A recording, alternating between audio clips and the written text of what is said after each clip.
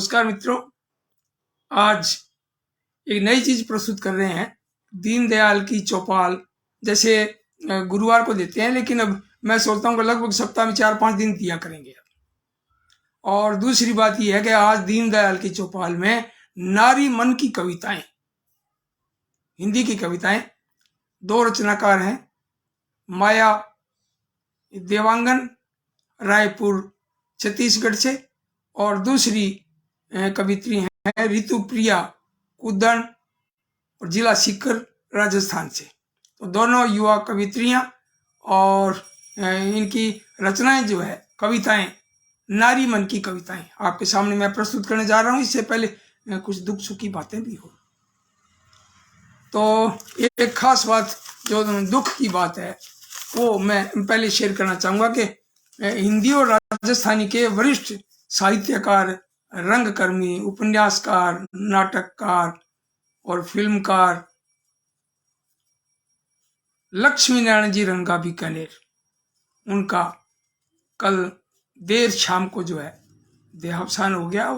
वे 89 साल के थे, 89 ईयर्स। और इनकी 100 से अधिक किताबें, लक्ष्मी नारायण जी की खूब लिखा है हिंदी राजस्थानी में। 100 से अधिक किताबें आपकी प्रकाशित हुई और कई दिनों से अस्वस्थ चल रहे थे, पीवीएम अस्पताल में थे। और कल देर शाम को उनका देहावसान हो गया। और दूसरे जो है रचनाकार और जो है ना एक्टर, निर्माता, निर्देशक और कॉमेडियन सतीश कौशिक, इनका भी कल 9 मार्च को देहावसान हो गया। और आपने एक पिक्चर जो है वो मिस्टर इंडिया, इसमें कैलेंडर के नाम से जो जिस पात्र ने रोल किया था वो सतीश कौशिक थे, कैलेंडर। और भी खूब सारी फिल्में बनाई, आप निर्माता निर्देशक भी रहे हैं और एक्टर तो थे ही, कॉमेडियन थे। और इनका ननियाल राजस्थान में और पिताश्री वो हरियाणा से, तो राजस्थान से भी जुड़ाव था।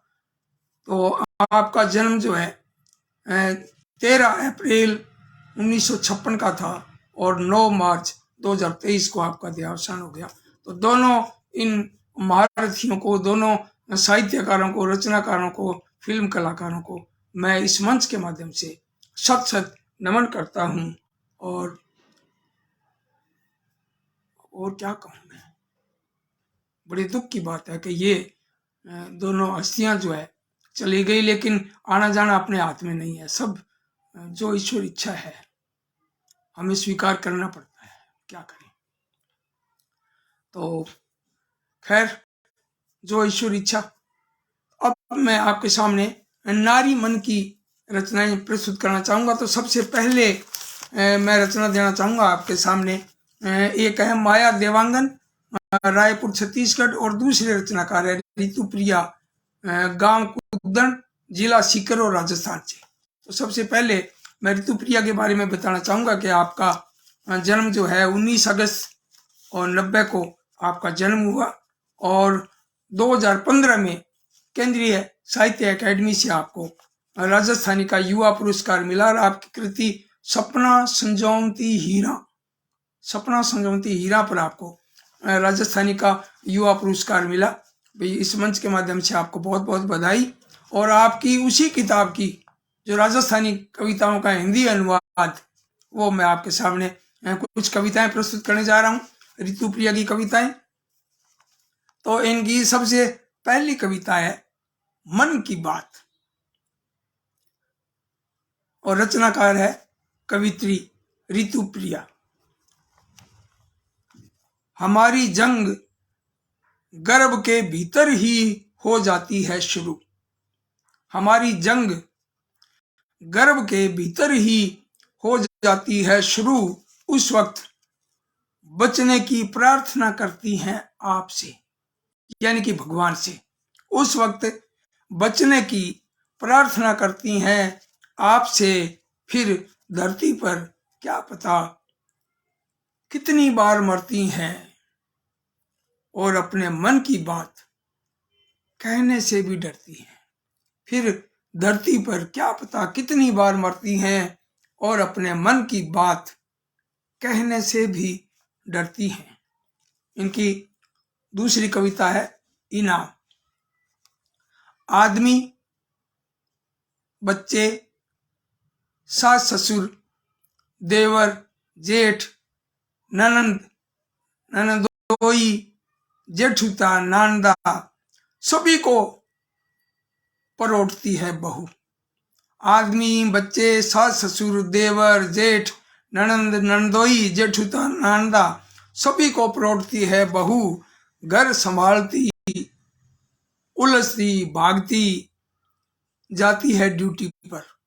घर संभालती, उलझती, भागती जाती है ड्यूटी पर। दो गुने काम में बिता देती है जिंदगी। दो गुने काम में बिता देती है जिंदगी। कितना करती है काम, कितना करती है काम, पर इसे कौन देता है इनाम, पर इसे कौन देता है इनाम। तो ये ऋतुप्रिया की कविता है। और एक जो कविता है ऋतुप्रिया की कविता है कसर। कसर यानी कि कमी।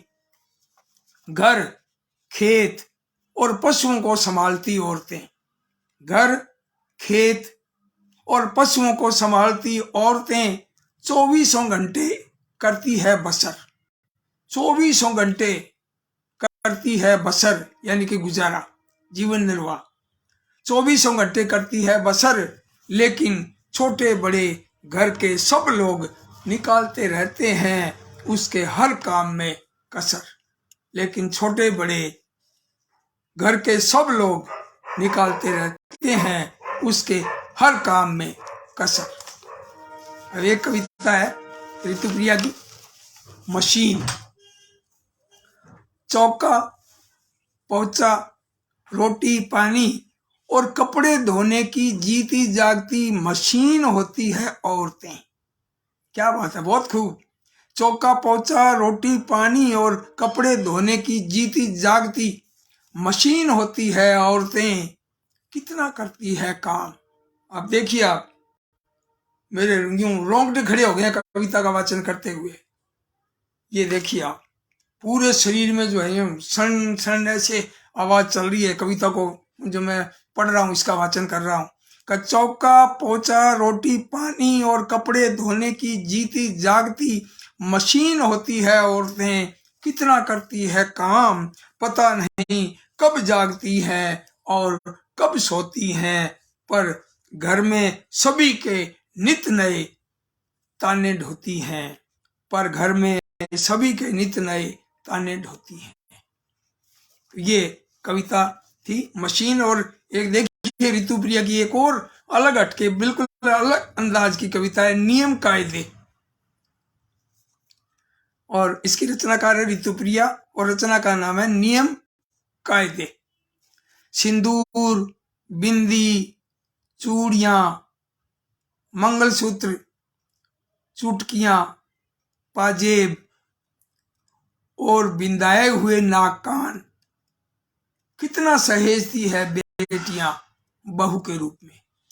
सिंदूर, बिंदी, चूड़ियां, मंगलसूत्र, चुटकियां, पाजेब और बिंदाए हुए नाक कान कितना सहेजती है बेटियां बहू के रूप में।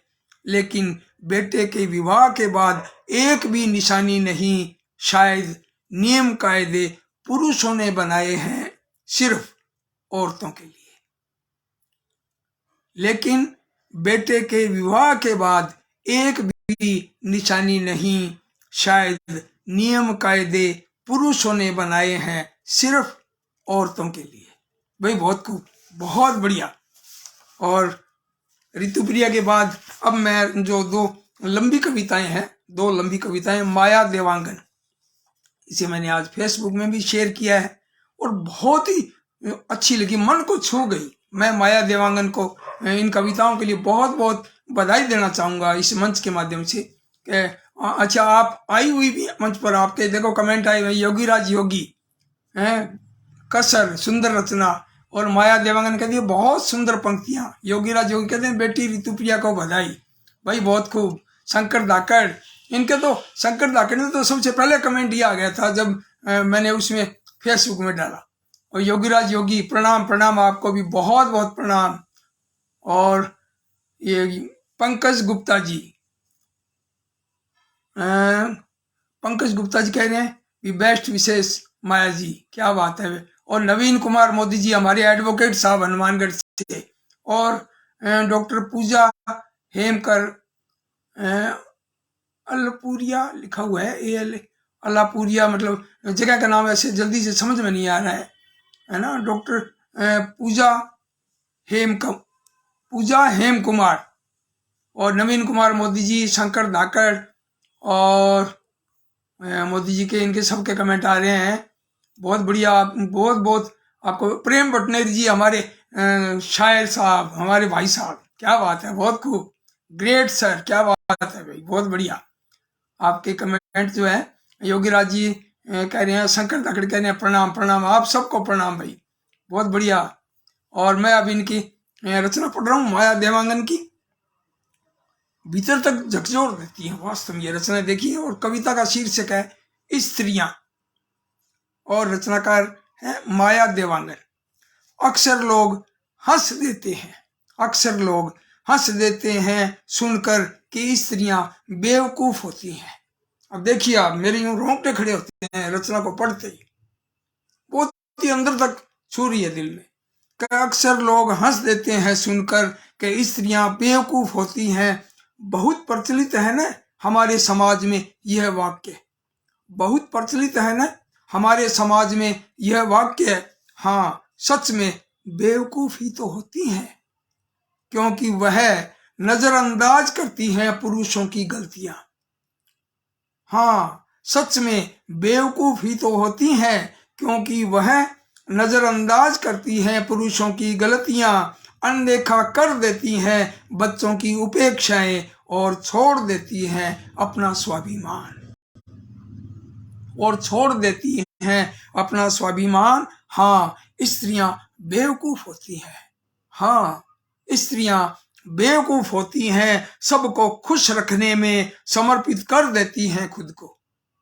हाँ, स्त्रियां बेवकूफ होती हैं, सबको खुश रखने में समर्पित कर देती हैं खुद को, सबकी फरमाइशों में अपनी पसंद नापसंद सब खो देती हैं। आज भी कई जगह उसका अस्तित्व चाय की पत्तियों की तरह है, आज भी कई जगह उसका अस्तित्व चाय की पत्तियों की तरह है, जहां उसकी भूमिका अहम तो है, लेकिन काम निकलने पर सबसे पहले उन्हें छान कर अलग कर दिया जाता है। क्या बात है माया जी, बहुत खूब।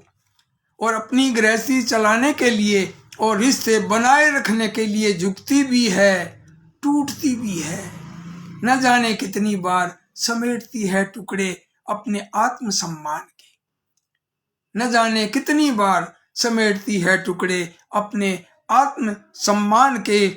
स्त्री जब दिल की जगह दिमाग से काम लेना शुरू कर देती है, स्त्री जब दिल की जगह दिमाग से काम लेना शुरू करती है, तब घरों में खींचती है लकीरें, तब घरों में खींचती है लकीरें, आंगन में खड़ी हो जाती हैं दीवारें, और परिवार संयुक्त से एकल में सिमटने लगता है। विडंबना इस बात की है, विडंबना इस बात की है कि एक स्त्री के बिखरने में जितना हाथ पुरुष का होता है, उतना ही हाथ किसी दूसरी स्त्री का भी होता है। विडंबना इस बात की है कि एक स्त्री के बिखरने में जितना हाथ पुरुष का होता है, उतना ही हाथ किसी दूसरी स्त्री का भी होता है, जो एक वक्त के बाद हो जाती है पुरुषवादी, जो एक वक्त के बाद हो जाती है पुरुषवादी।